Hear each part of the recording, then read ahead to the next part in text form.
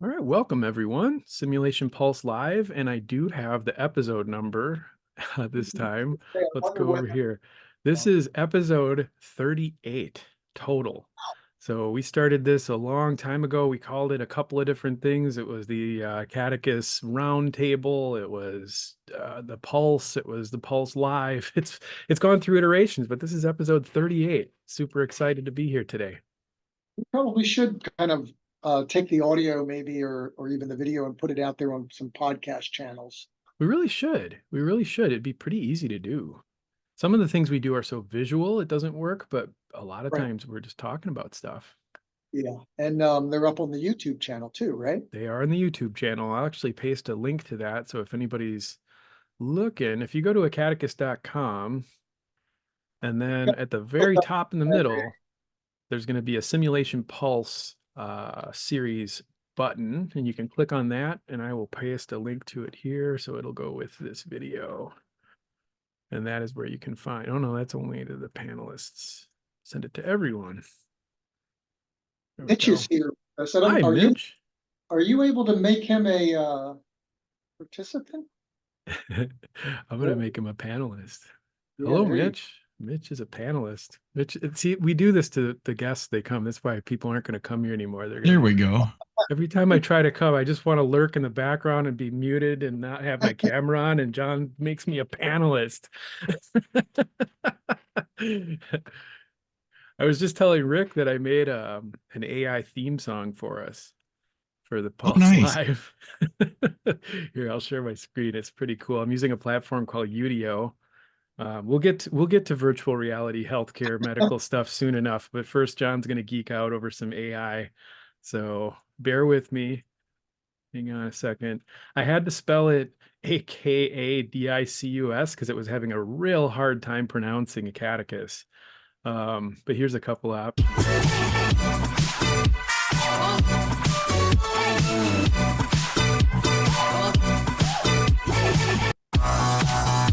Some of them are just vocal, or I mean, just instrumental.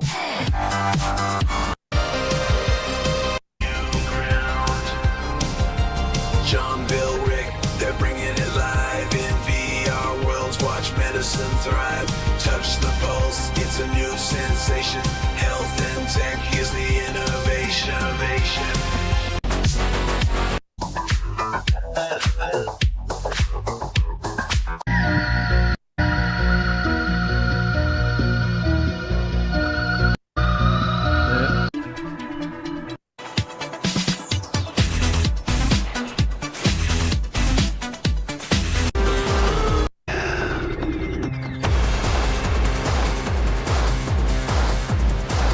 That's amazing.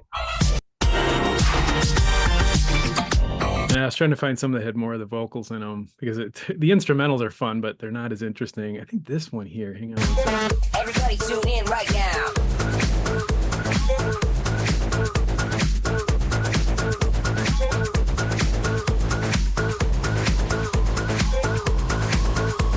Bill and Rick show. Jon, Yeah, Bill and Rick. Jon, Bill and Rick show. all right, that's enough. Playtime on Friday afternoon anyway.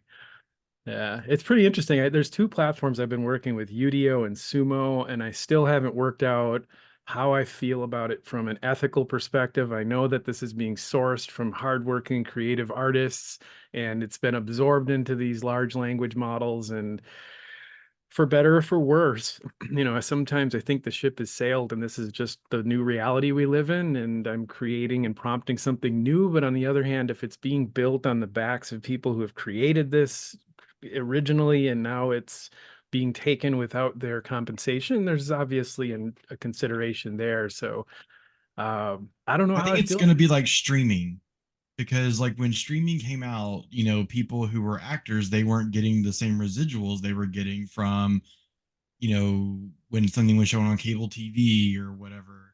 And, they had to augment the models of how they were doing compensation for those types of things.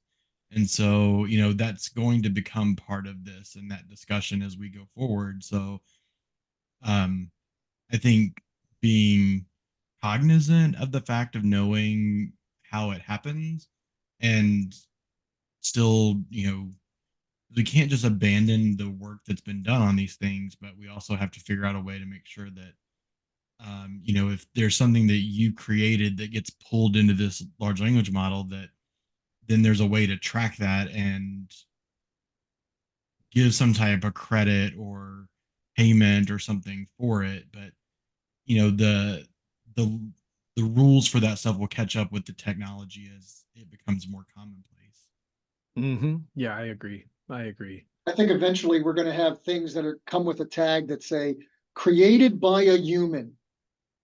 Yes, that's right. Mhm. Authenticity tags. Yeah, I That's thought about that too. authenticity tag, Yeah, authenticity right? tags. Well, and the other thing I think about too is that you can't get these platforms to give you a replica of existing music. Like I can't say I want something that sounds just like Willie Nelson that has the same lyrics as Willie Nelson's music. It won't do it. But it is inspired by it. And I wonder if that's really different than how humans create music. Right. I'm Right. certainly inspired when I create music. I listen to other artists and I incorporate what I hear into what I'm doing. And I'm not necessarily giving them credit because I'm not creating something that's a replica. I'm inspired. It's a new thing that synthesizes what I'm taking in. And I think that's how they're doing it. So is it okay for a digital entity to be inspired by other artists and then create something that is unique and new and novel? So we're off the rails here, but it's fun to think about. And obviously we're in the tech space and the VR. Obviously there's a lot of overlap with where we're going with the future of AI, something we're tracking for sure on in the Acadicus front Well, as and well. right, I think we can say it's just an eventuality, John, before that's in Acadicus in some form, right? Exactly. I mean, Exactly. we're seeing it already. I know over in the Engage platform, I went in the other day and they have these AI characters. I think they had Benjamin Franklin and Rosa Parks and Nikolai Tesla. And you could walk up and talk to them, and they have some prompt questions that they kind of guide you with. But there's this pause, and then the character, kind of speaks out the history related to the question that you're asking. So, it's already being dabbled with. It's amazing. And the speed of response is getting so much faster with like ChatGPT Omni now. Mhm. It's just fast. It's conversational. You can have a dialogue with it. And unfortunately, I find that it asks too many clarifying questions. It just keeps on like, no, what I heard you say, it's reflecting, it's using real typical cognitive behavioral Yeah. kind of responses. Like, this is what I heard you say. And it's clarifying. And then it seeks another clarifying question and it becomes, it's sort of interesting in a way, but like sometimes I'm just like, I just want you to answer my questions. I don't want to have a big long dialogue and wait for you to ask me questions like that. Then I actually I said I would like our dialogue to be more concise, and then it sounded a little insulted. Like, oh well, I'll be more concise from now on. Excuse me. It just kind of had this attitude about it. Yeah, So you got little to be personality. a little careful. I might just remove that conversation from its memory. We'll talk about geeking out. We have Sean with us now, one Sean's of our here. developers. So I always try to make Sean a panelist, and Sean's like, yeah, I'll offer it. I'm always going to offer it. You can decline it if you want, Sean. That's fine. Yeah, we're going to spook people from coming to the Pulse because they're going to be like, I don't want to be a panelist. I just want to listen. we promise that if you come visit us in the future, we won't make you be a panelist. You can always decline. Just drone on. That was an Drop by and say option? hello. Hey, Sean. Hey, Hello. Sean. Yeah, Sean is the rock star developer here at Acadicus, so we're always glad to have Sean on board. Well, And today I'm pretty sure Sean is not an AI, but we just not 100%. I've seen him in person. He was actually on video with us a couple weeks ago, Hey, on a Pulse Sean, Live. you showed me a video of you that wasn't you, so I'm That's still not true. convinced. That's true. Still not Yeah, convinced, you know. I that think is Sean could possibly be an AI behind the scenes, but could be. Could be. I'll do a show on that someday. Yes, 100%. Well, Rick, you had a great idea And I'm glad Mitch is here for this as well to talk about some of the OpenRN project, some of the scenarios and some of the documentation that's to support that. I think that would be great to review that. We've talked about the OpenRN project quite a bit, but there's so much there that I don't think it's possible to dedicate too much time to it. There's so much that I think, and everybody I talk to, even people that have been using the platform for years, still they come and they're like, I had no idea about all these scenarios. So I think that could be a great use of our time today. And this came to mind because as I continue to work with and train our new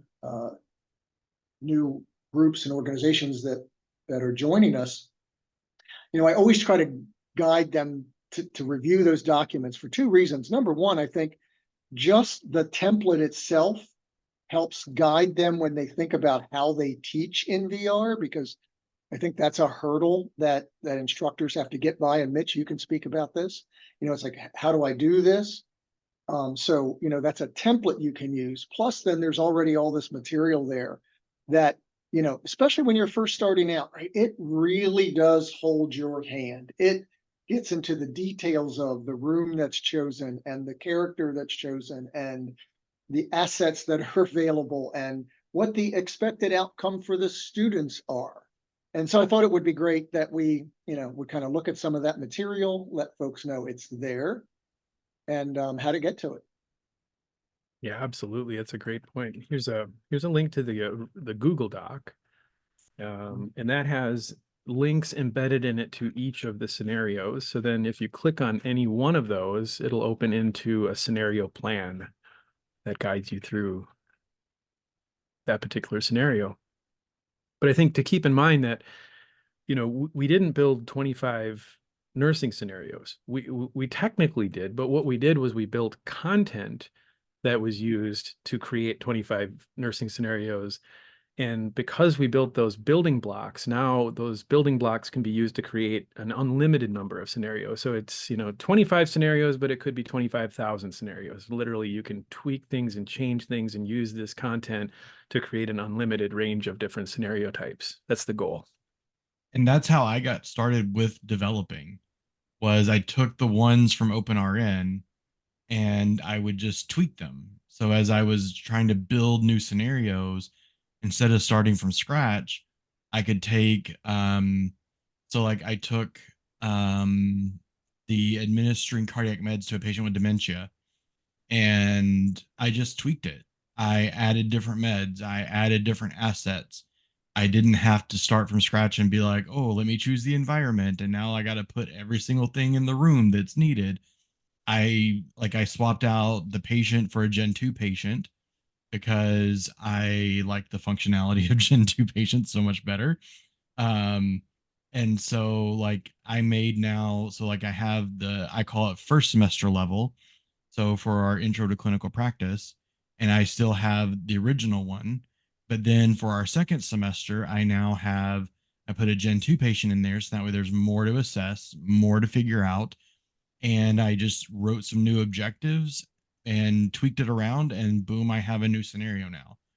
And so being able to scale the scenarios, so if something is that basic entry level first semester clinical, all the way up to then our most advanced clinical course, and I can do that really easily in Acadicus, which is really nice. Mm-hmm.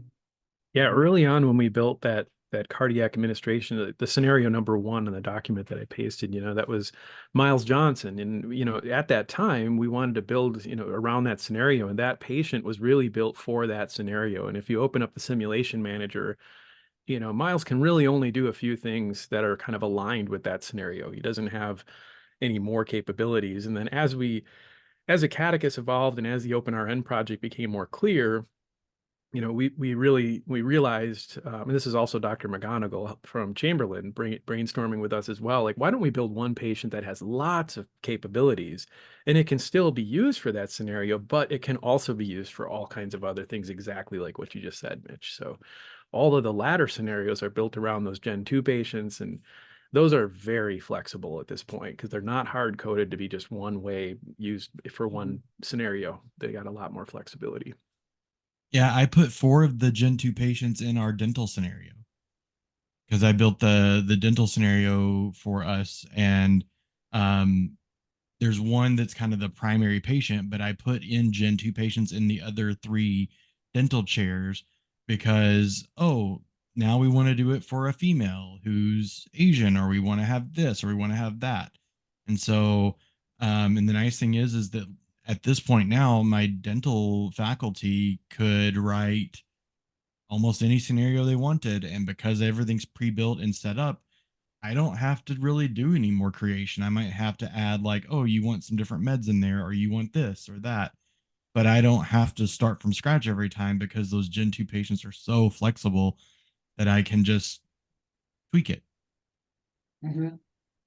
and Mhm. have a whole new scenario. And so at this point now, they're talking because we're building now a dental VR lab at our school. And so we're going to have so they want to have a total of 6 different scenarios, and it'll take me 30 minutes to build each new one. So we'll be able to have 6 scenarios. It'll take me probably 3 hours to put it all together with just the tweaks I need to make. That's amazing. That's amazing. And that's really the ultimate use case for this, you know, and I think, you know, and Rick, you could probably attest to how many demos you give where we get these questions about like, you know, what does the application do for me, you know, and what scenarios do you have, you know, and they want to know like what do they get just in terms of that automation. And the Right. challenge there is like we've covered this many times on the Pulse Live. So anybody that's watching these videos in hindsight, we've been over this before, but it's an important point that you know, the more we pre-program into these patients, the less flexible they are. So we Mhm. can make it do whatever you want. We could do that. We could hard code. That's easy, to be honest. Like that's the easier path. If you want to do keep everybody on the rails, there's only one way to do it. It's 1 + 1 = 2, and it's always the same every single time, like a comic book. That's easy to do. We could program that, you know, in a long weekend, no problem. But that's it then. That's all you can do with that patient. And that's unfortunately Miles Johnson in scenario number one is stuck being Miles Johnson in that scenario. He Right, can't be with this used for other very much other, you know, but the Gen 2 patients, they're that flexibility now. They're not hard coded, but you do have to facilitate. You know, you go in there and you actually teach your students instead of the AI or the program teaching your students. It's actually the instructors in that live facilitation is what we're after. Yep. And it's interesting, and Mitch, you're going to be familiar with this because I remember it clearly from my clinical days where it was it was a negative thing to say that you were practicing cookbook medicine, right? Which is this kind of checkbox, you know, just kind of go down your list and ignore kind of all these other factors and critical thinking that go into kind of treating something or someone. And like you're saying, John, right? We can do these procedural based things. And to a degree, that's important, right? I mean, you want to follow certain steps when you're putting in a Foley catheter, right? But that's such a minute part of it, right? I mean, there's so much more that goes into that process in terms of understanding what the patient's going through and your environment and so many other factors that that when you get locked into just that procedure, you know, you're really limiting what you can do with the platforms. So, Well, and those ones like you're saying that lock you in, the problem that I have with them as a nursing educator is it doesn't promote critical thinking. mhm, It promotes that's it. learning a step and doing something exactly the same for every single time. But just like putting in a Foley catheter, what if my patient has contractures in their legs and they can't bend their legs the right way, or they're in a cast, or there's a million different things that can happen that change how I have to approach any Yeah, procedure. And I want students to learn to think about, okay, here's the rules I have to follow. Here's where I have some wiggle room to make things mhm, work. right. And I've checked out other platforms, and that the thing that always got me, and once Jon got my head where it needed to be in thinking about, because I kept being like, why don't you have it where you da da da da happens in this process? And he's like, because that's not the point. And then and I finally got it when I started using it and teaching with it, because the thing I like is that based on the students' questions as they're talking to the patient, I'm responding to them as a patient would. Whereas if it was something that's canned, you know, well, you're not testing your student then on how well they communicate therapeutically with patients. You're not testing them on how well they can adapt to the situation that's presenting itself. Because if they say something wrong, then the patient needs to get mad at them and be like, how dare you say that to me? Or my favorite is when we start a VR and they just come in the room and start caring for the patient, and I'm always like, who are you? Why are you in my room? Right, right, right, right. And they're like, oh, I need to introduce myself and like Yes, explain what I'm doing. And so having that ability for them to, and I have surveys that students say, I love the fact that I can make a mistake and learn from it. Mhm. And that to me is the gold mine of Acadicus, and using this platform is that it allows me to allow students to make a mistake and not be perfect, because I think we sometimes try to hold students to a standard that we shouldn't, because they're students. They shouldn't have this all down perfect. They shouldn't have everything ready to go and set, because what do you learn from that except for how to memorize and then forget? That's exactly right. Yeah, and maybe it's a reflection of how if I was a bad student when I was in school, but for me, if I get into a scenario like that, all I'm trying to figure out is what does this program want me to do?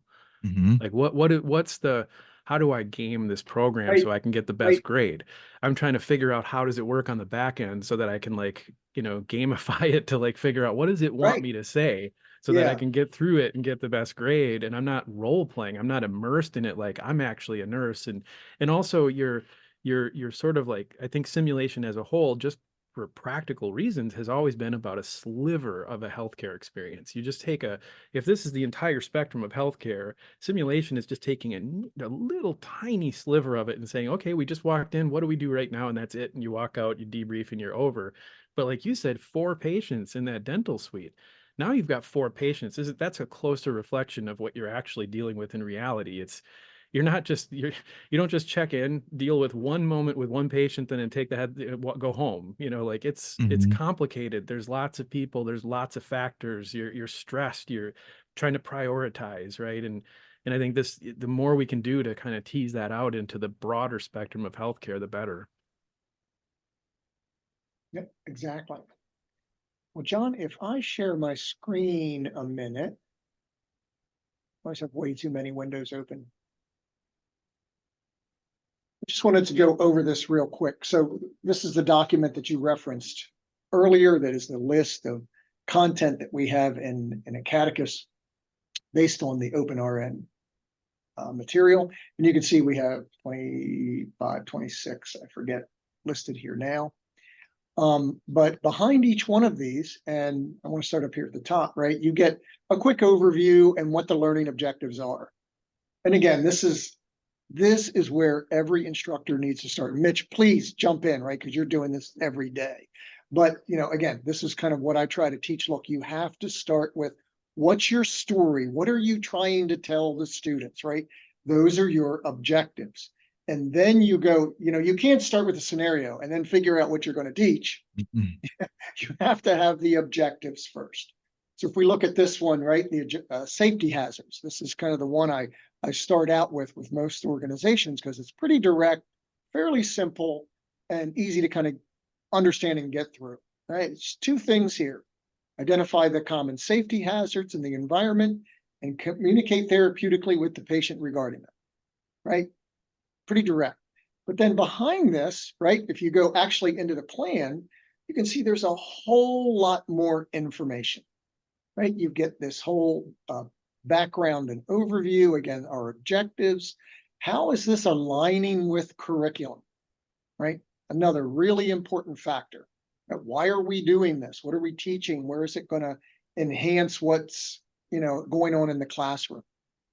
We get into a whole map of how and why the room is set up the way it is, and what's in there. And Mitch, this is where you mentioned, hey, anybody can look at this and go, Mitch will say, hey, maybe I want different meds in there for a different reason, like you did with your administering cardiac medications, right? We can see that. We even have a link that if we click this goes to another document, which is the MAR that you'd find in the room. And again, I've had organizations actually take this document and expand on it and then bring it into the room later so that they can have a different set of circumstances and conditions. We talked about one organization that added O2, order for O2 and an IV, and they put an IV pole and O2 in there for their nurses to go in and go, wait a minute, this isn't the right flow rate for the O2, and it's not the right flow rate for the IV. Let's correct that. So just two more things that they added. But this is also, again, how you can kind of structure your thinking around even creating something from scratch, right? Understanding what the pieces are that you need to get together in order to do that. And then, here it is. It's walking through the students through this. Students are going to perform an environmental assessment. I'm not going to read this, obviously, but you can see the level of detail it gets down to, like how you can prompt Miles, how you can prompt the student, what the student is, expected to do or be able to carry out. And then all the way down to what you can review in your debrief. So these are really, really detailed. And again, I love to go over this because there's so much great information. And I think a lot of people kind of, gloss over it or don't take the time to really dig into it and understand what they can get out of even this simple scenario.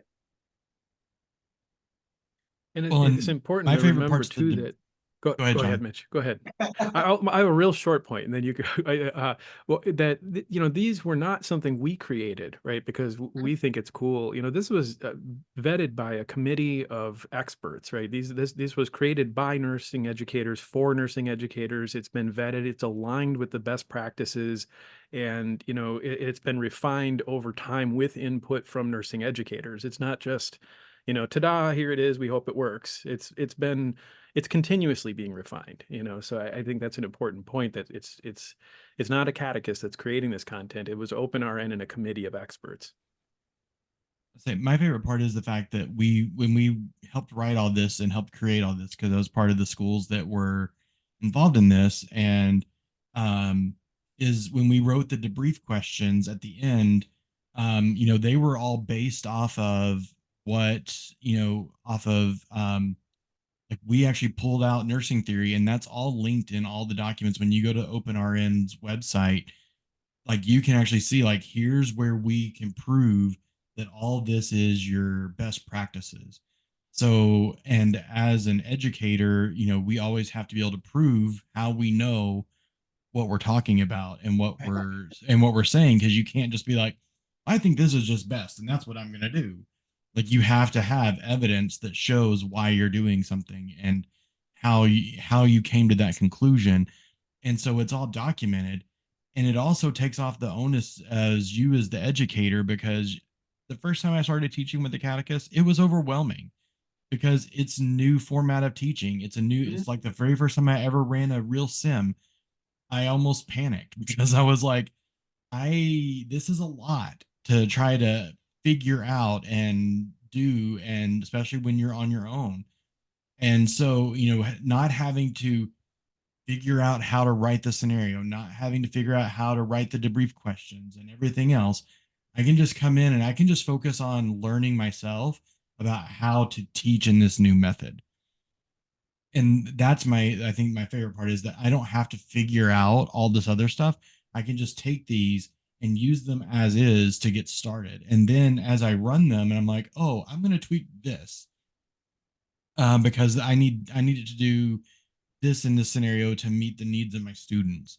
And so you don't have to start from, okay, here's a headset and a computer, go make stuff and do it. You can literally just start with something that's there and work with it until you get comfortable. Yeah, and to that point, like, I think if I come back 3 years from now and I visit this document or I look at how these scenarios are being used and it's still just like this, I'll see it as a failure.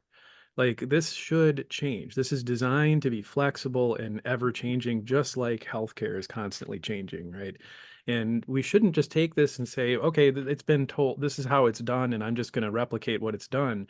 It's about like, no, like every time Mitch runs this scenario, Mitch sends us feedback. We get feedback about like, it would work better if we did this or like that. And even these scenarios, writing different versions of it and iterations and, sharing those with each other in the community of practice. Every quarter we have a community of practice event and we get together and share what people are building. And I'm hoping that we can get to a point where these scenarios are evolving and constantly changing, more like a liquid than a static artifact that just never changes. It should be constantly refining. And also, one more point on that is that these are aligned with open source textbooks.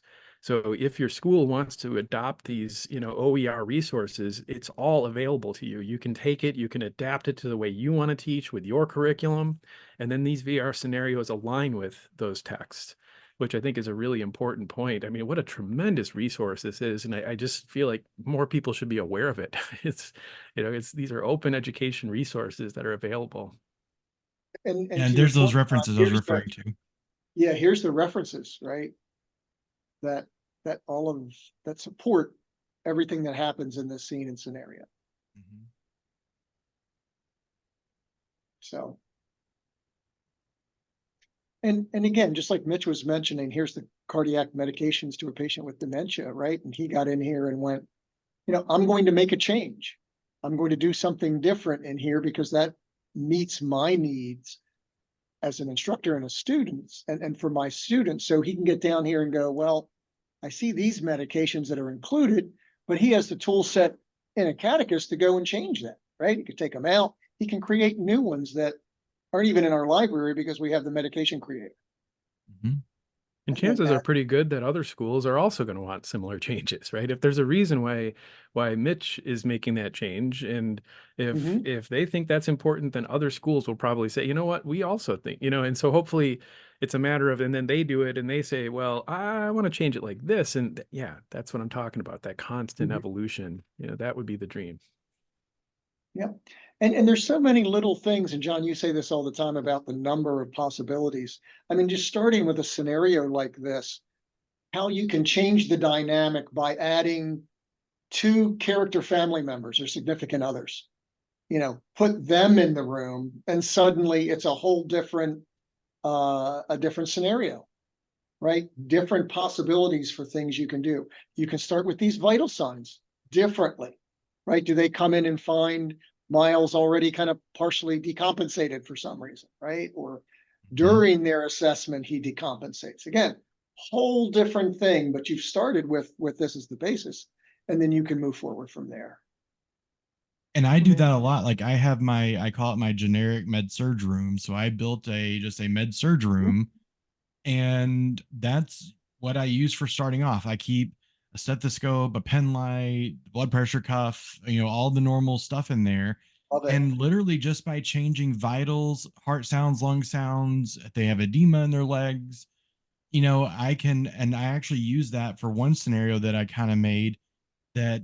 So students come in and they get no prep information because their job is, like, we set the scenario as this patient has arrived on your unit and you received no information about them. You need to figure out what's going on so you can call the physician, the hospitalist that's admitting them.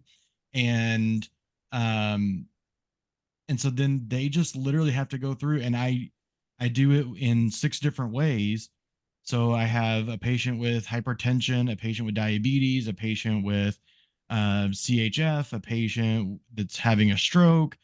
Um, and I literally just go in and change the That's great. vitals and the sounds and the things that are going on. I touch nothing else because it's not about giving meds. It's about, can you interview someone? Can you talk to them? Can you dig in and figure out based on your assessment? Because sometimes students get very hung up on, well, what do the orders say? What does the doctor say? And I'm like, that doesn't matter. That's inconsequential. What matters is, can you assess this moment and figure out what's going on, so that way you know how to do things. Mhm. And literally, I make no other changes, but that one room gave me literally off the bat 6 scenarios.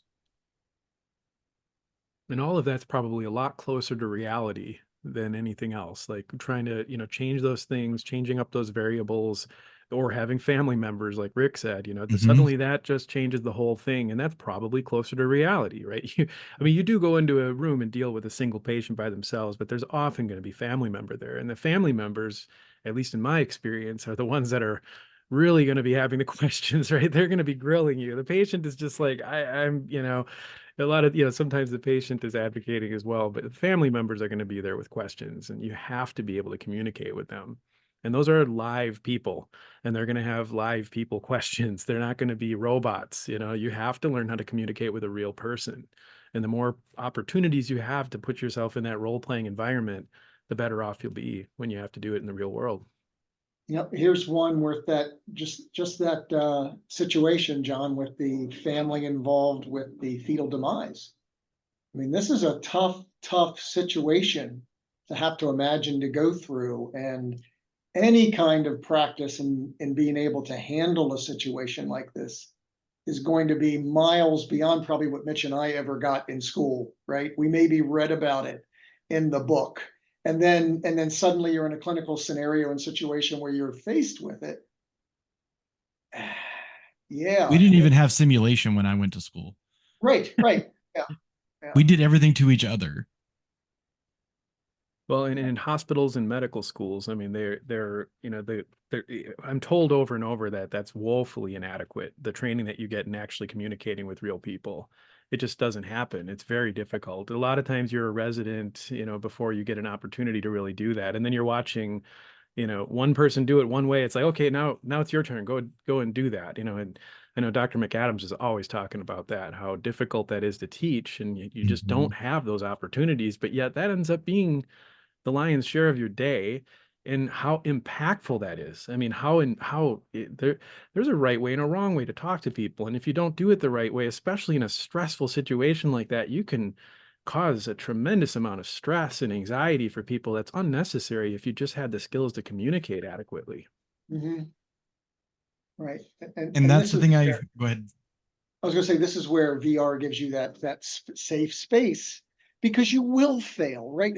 Nobody handles a situation like that great the first, second, third time you have to do it.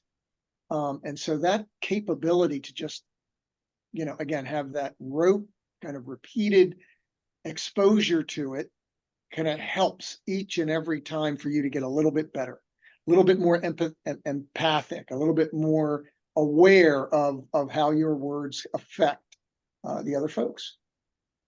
Well, and that's what I say, the power of using simulation and even in the VR, and is because I can focus on, like, I have several scenarios that are literally the only objectives I have is communicate therapeutically with patient about dot dot dot, like whatever it's on that scenario. Because that's the thing, like, we hear from our employers, so we have advisory committee meetings where the employers in our community, so hospitals, nursing homes, doctors offices, they come and they tell us what we're not doing well enough and where they need us to focus our work as educators. And every single meeting we have with them, it's communication, soft skills, interacting with their peers. So like, I want, like, one of the big things I want to work on building in some point is having a scenario that is to healthcare people in a situation where maybe they find their peer stealing out of the supply room, or about to make a med error or something, and how do you deal with that in the moment? Mhm. And so, like, because that to me is one of the things that, um where simulation and VR really shines, is that it allows you to do it in a space, because even in sim, trying to do those feels really bad, because, um let's say I'm playing that person that they're catching doing something wrong. Students don't want to correct me. because I'm their teacher Right. and they don't want to have that confrontation with me. And so in VR though, they can have it with me, but it doesn't look like me. So Mhm. therefore it doesn't feel as threatening. And that's one thing I hear from students all the time when they say, I would rather do VR than in-person simulation because I don't feel your eyes drilling a hole through my soul.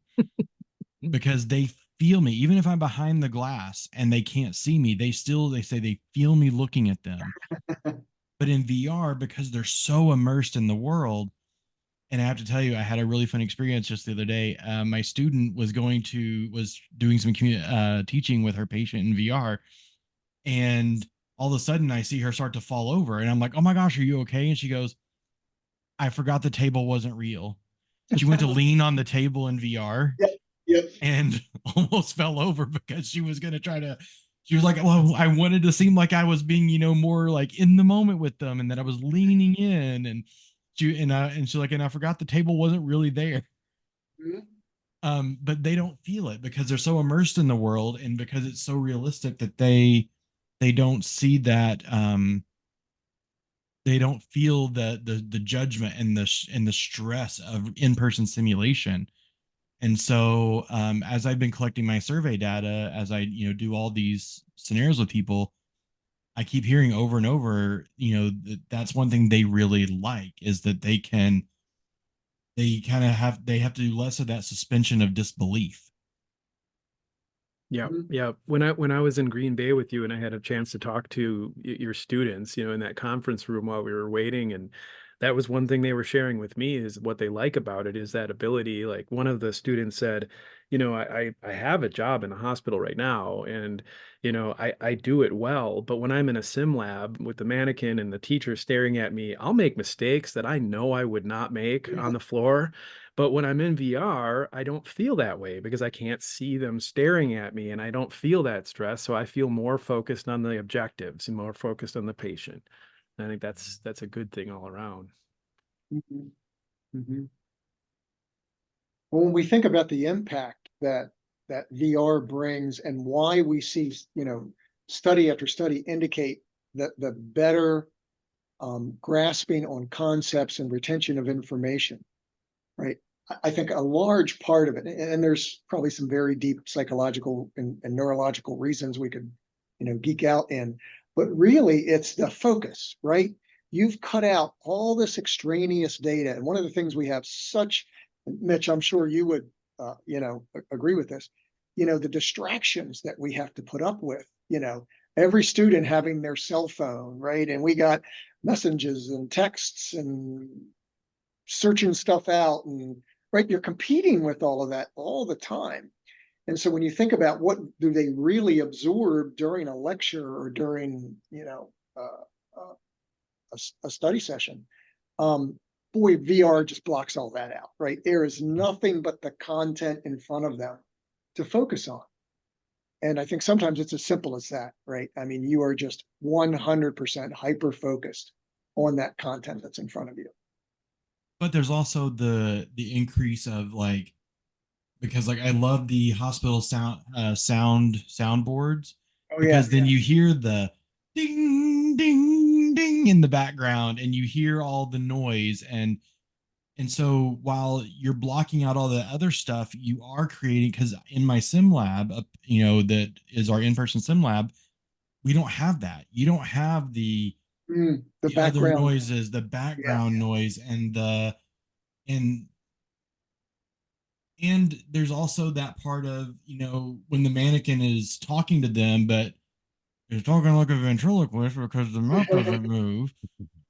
But in VR, I hit talking, and so as I'm responding for the patient, they're along Yep. with me, and so it helps with that. And then like I can move their head to look at, oh, you moved to that side of the room, okay, now my head's turning this way. And but it's that piece of it that adds that realism, that again, that because when you talk about suspension of disbelief, and that you have to have that discussion with people prior to going into a simulation, but I don't have to do that as much with VR, because I can make it so much more realistic than the plastic mannequin Mhm. because there's no head tracking, there's no eye tracking, there's no lip movement. Those things don't happen.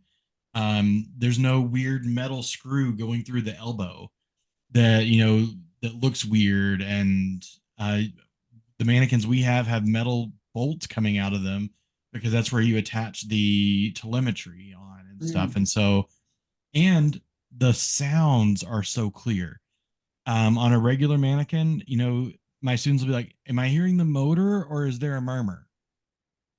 Because they can't tell what's what in on a mannequin. And in VR, they get that. They don't have to be like, "Wait, am I hearing a murmur or am I hearing an S3 or is that just the motor of the mannequin going?" Right, So right. that realism is huge. Hmm. It's amazing how much sound impacts visual fidelity, and that's one Mhm. thing we learned early on is like these environments can be photorealistic, but if you don't have the audio to match, it just goes clunk. It feels fake. But as soon as you crank up that ambient audio and like we have all those different options that you can change, you're right. It's like you have to learn how to communicate with an agitated family member, but you probably have to do it while you're hearing an occluded IV pump in the next room, and that Mhm. patient is driving them crazy, and but you still have to keep being sensitive to the current task. But you got to remember now, I've got to, all that's what's happening. Those alarms, they get just baked into your head when you're working in the field, but like you have to simulate that too because it's a part of it. Mhm. Yep. Oh yeah, you hear that all day long when you work in a facility for sure. I remember I despite still have all the nightmares about those beeps. the effort for Yeah, to same minimize here. noise. I remember we had programs, minimize noise, but there's kind of this background minimal amount of sound you just can't get rid of it, right? Call bells are going off and IV poles are going off. And boy, when they introduced bed alarms, oh, I mean, people would just roll over and an alarm would go off. So yeah. Uh, Well, and then just even the people who were stocking rooms, who were pushing the cart down the hallway, and that hearing the thunk, thunk, thunk, thunk of the wheels going down the hallway, and the physician who's at the desk, talking to other people while you're trying to chart, or I mean, there's just all those things that are going on. And so like in my first semester groups, like I don't ever have the ambient sounds on because I want them to focus on, okay, let's be focused more here in this moment. And then that's in great. second Yeah. semester, I crank it up a little bit. And then by fourth semester, I've got a lot of noise going on then. And I've had students who be like, that was really hard to focus and concentrate. I'm like, good, that's the point. You have to be able to drown out what's going on and get yourself hyper focused in that moment. And that's not a skill that you can teach in regular simulation. You need something like a VR world to do that, or you have to have a really high tech simulation center that's going to cost you a lot of money to build. Yeah. Yep. And part of the You all purpose kinds of of, yeah. having a VR lab is to help you save some of those funds Yep. for other purposes. Like save money, but also expand capacity, expand capabilities, saving money year after year. That's the thing. It's also kind of, I guess this is a little bit of a segue, but like there's also always this question about like, well, we decided we're going to do VR at our school, and now we're choosing a platform. And it's like you don't ever do that when you're stocking a simulation center where you're like, okay, I mean, I guess I'm sure there are turnkey packages that one company will provide everything, but it's pretty rare. Usually you're going to have, I want this skills trainer from this manufacturer, I want this mannequin over here, I want this piece of equipment, I want this kind of warmer, and you're working with multiple vendors. And I think if we're keeping the cost down to the point where you could get to a point where you could maybe, we're absolutely not trying to replace mannequins and simulation centers, but maybe you could trade up one of them and buy a couple of these VR platforms. I often talk to other vendors, the founders of some of these other platforms, and we talk all the time about we should be bundling our software because they're just apples and oranges. They're just different things doing completely different things that each have their own value, but they're just, yeah, different possibilities. Well, just to think about cost, not only You have the cost of building the joint and having it, set up the way you need it, and the mannequin and skills trainers and what else.